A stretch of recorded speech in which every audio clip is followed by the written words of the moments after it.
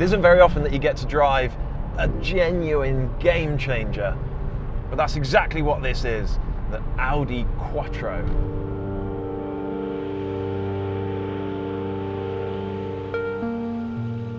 We've chosen the right year to revisit this iconic car.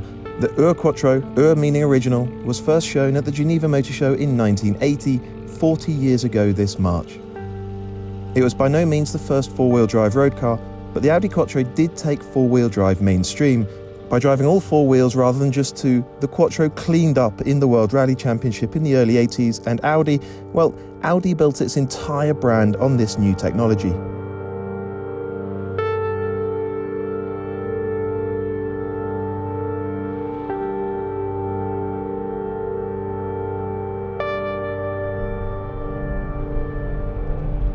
I'll let you in on a little secret. This was going to be a rise and drive video, but with all this mist, there wasn't even a sniff of a sunrise. The fog just sort of went from very dark grey to light grey. But it hardly matters, because a car like the Audi Quattro, well, it doesn't exactly need a treatment to be on video, does it? This is a very early car, 1981. It is a UK car. It's absolutely pristine. The engine is a 5-cylinder inline unit with a turbo. This being a very early car, it's a 10-valve, good for 200 horsepower and 210 pounds-foot of torque. Not massive numbers by any means, by today's standards in fact.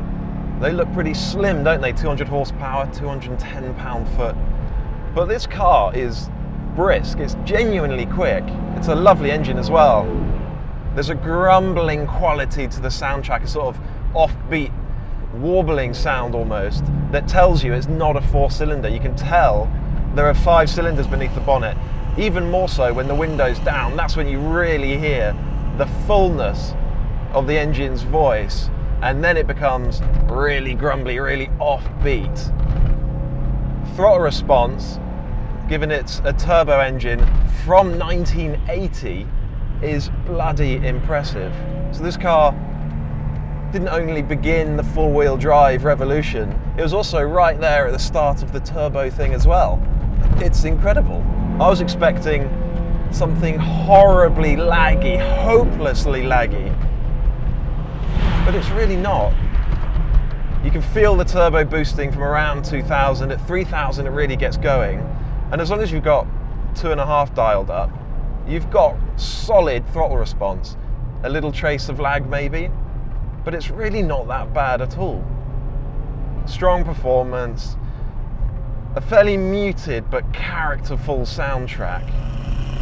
It's a lovely engine, connected to this 5-speed manual transmission, which just feels very typically VW Group Audi style, oily slick, well sprung, just so easy to work the gear lever through the gate.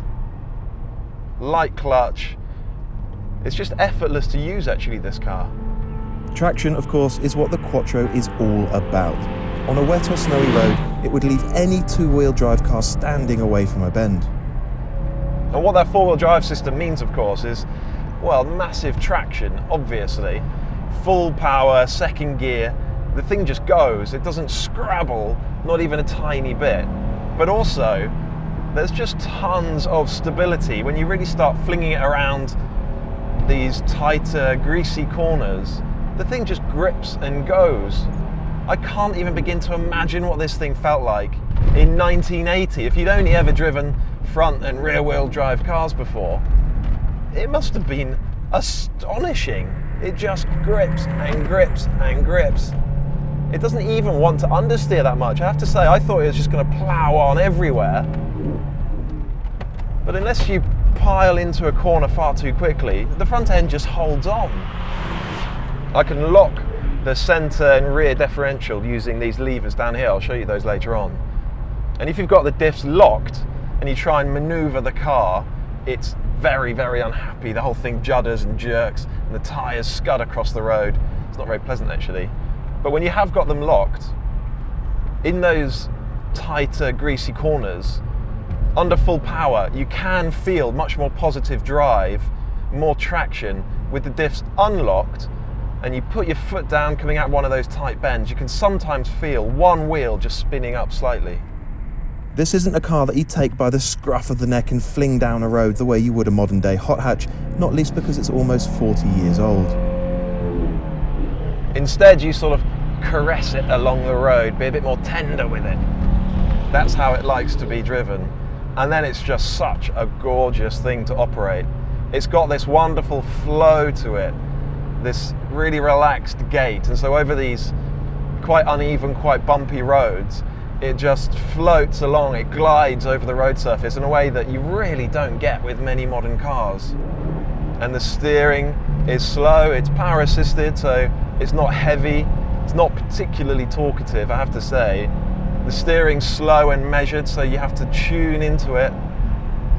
But then it just becomes so easy to position the car, to work out how much speed you can carry into a bend. And it's just utterly planted to the road, which floods you with confidence. That's the thing. And I suppose that was always the idea, wasn't it? Fill the driver with confidence. And the key to it is just make the most of that stability, that security on the way into a corner, and then the moment you can, step on the power, get on it, onto the next straight, and away you go. No ABS, but the brakes feel strong. I've got tons of braking performance and grip under braking as well. Lovely brake pedal, so it's very sort of linear and progressive. And when you're about to get to the point of lockup, you really sense it through the ball of your foot. Actually, I think the thing that really stands out with this car is how modern it feels. 40 years old, pretty much. It just doesn't feel it. You operate it like you would a brand new car. You don't have to make any allowances for it. The gear shift is easy, the steering's light. You can run the engine all the way out to the red line quite happily. It feels like it's about 15 years old, not 40. As well as introducing four-wheel drive to the mass market and to Audi in particular, this car, it actually set the blueprint for high-performance Audis for decades to come. I mean, even now, they're all about safety, security, stability, performance in all weathers. That all came from this car. It's astonishing to think that this is what Audi was putting out in 1980. Four-wheel drive, a really effective turbocharger. It's an effortless car to use, it's an easy car to drive quickly. I mean, you have to think, what were other manufacturers putting out in 1980? This was the proto-Audi, a real game changer. It's fitting then that the story of the Quattro's inception is a cracker. And it goes something like this. Audi engineer Jörg Bensinger was in Finland when he observed a little Volkswagen four-wheel drive military vehicle, and he saw how much more effective in the snow and ice it was than any two-wheel drive Audi. And he reckoned he could apply that technology to a sporty, luxurious Audi coupe to devastating effect. He suggested the idea to his bosses, one of whom was a certain Ferdinand Piëch. That was in 1977. Over the next couple of years, Bensinger and his colleagues built and tested a series of development prototypes. They took contemporary Audi 80 coupe bodies, grafted in the four-wheel drive system, and then they tacked on these gorgeous box arches to accommodate wider tracks. The finished product, the Quattro, was unveiled in March 1980 at the Geneva Motor Show. Nobody knew if the idea would catch on or if the Quattro would even sell. Certainly, Ferdinand Piëch and the rest of the bosses at Audi had no clue that the Quattro would change the fabric of their company forever.